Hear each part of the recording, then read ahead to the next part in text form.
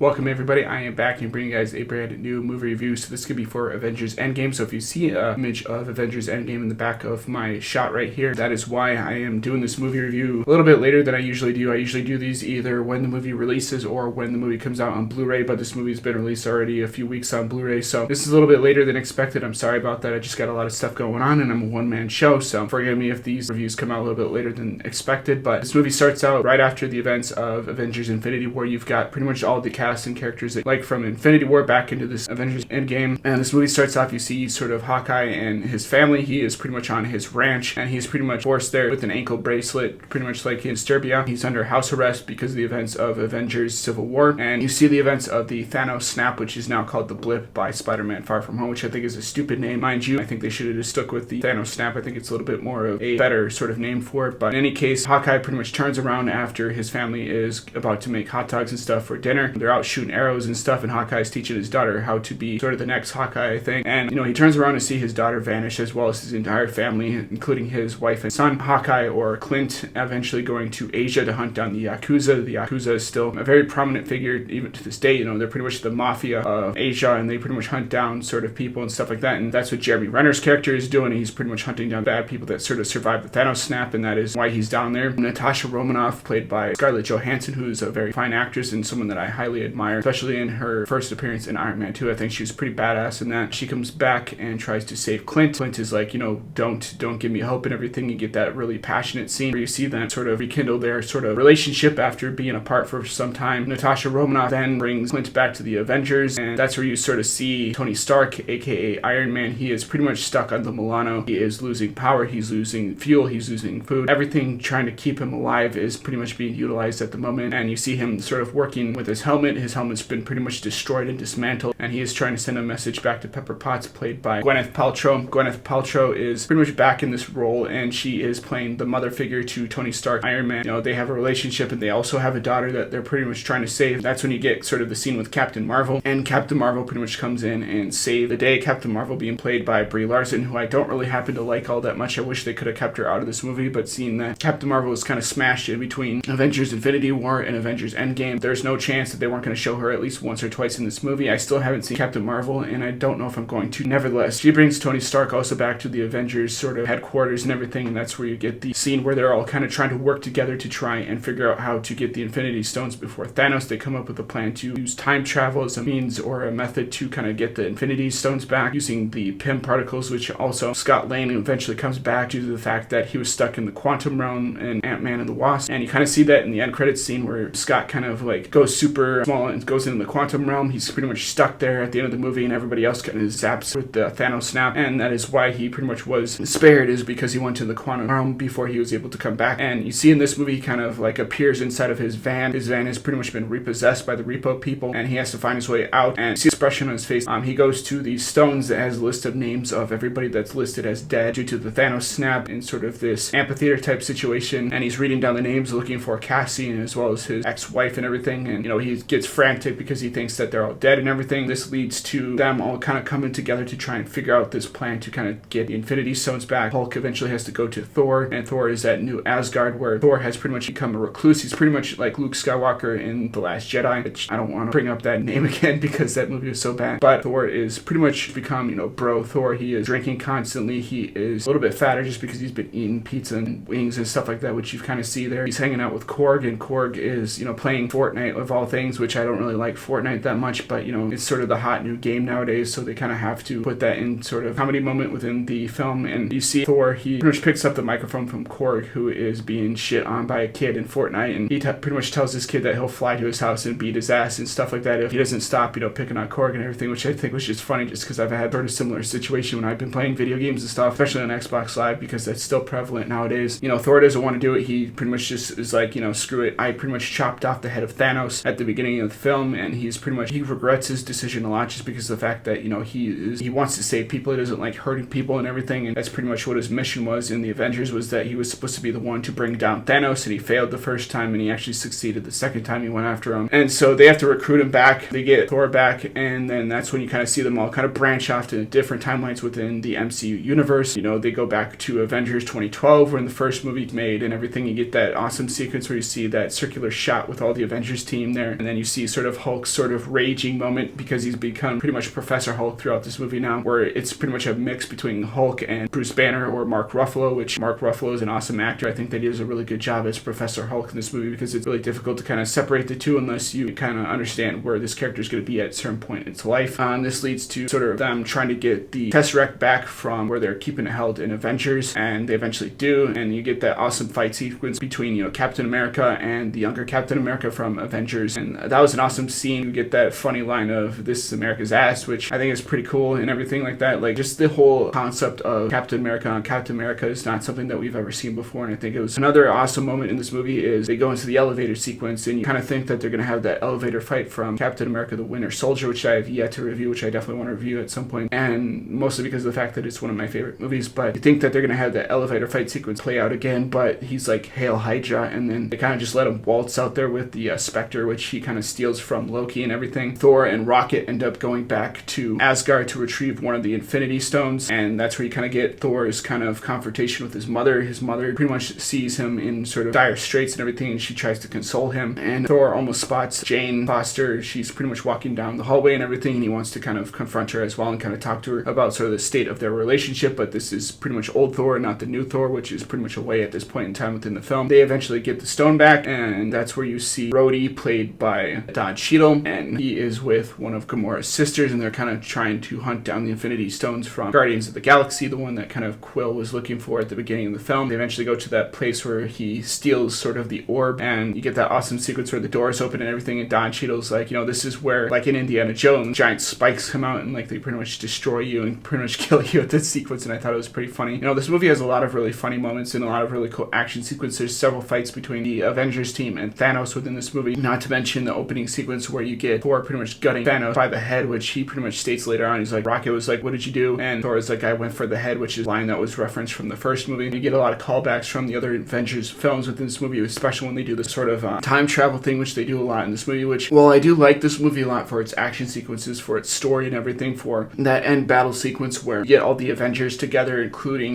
Black Panther, played by Chadwick Boseman, these sort of characters from the MCU pretty much all coming together to fight Thanos. That was an awesome scene. You also get a sequence where Captain America fighting Thanos, and he eventually gets Thor's hammer, Mjolnir, which is something that I thought was an incredibly funny sequence because you see Thanos, he's just beating the shit out of Thor, and then Captain America, he calls for the hammer, and that's when you get that really funny sequence where Thor's like, "I knew it," which I think was brilliant, and especially the way that they did that. Thanos leveling the Avengers headquarters, which I think is going to be a prominent thing that happens within the future movies where they're trying to rebuild it after Thanos attacked it and everything, similar to what they did in Assassin's Creed, where they kind of destroyed Ezio's sort of home, and then he kind of has to rebuild sort of the city and everything throughout the rest of the game. That's where I think they might be taking the direction of Avengers Endgame. Thanos gets a lot of the really cool lines like, "I am inevitable" in this movie. Thanos being sort of the big bad guy from Infinity War, and I think that Infinity War really was Thanos' movie. This movie takes all these characters and puts them into a movie, and none of these characters feel like their characters do not matter. Now, there is an exception to this rule, and that is Captain Marvel. I heard rumors that maybe Russo brothers didn't really want to put her in this film, but they were kind of wanting to focus on the core team. That's why you see more or less the core team is sort of the heads of this film, whereas Captain Marvel's pretty much put to the sideline in this film, which I didn't really mind. I would have minded if she was actually not the one that saved Tony Stark in this movie, but she eventually is. It's kind of a crapshoot on Tony Stark to think that he couldn't, have figured a way to get out of the situation that he was in, but, needless to say, that was one of the cringe factor moments in this movie. There's also a scene where there's a bunch of female superheroes like all together at the same time, and I know I'm gonna get,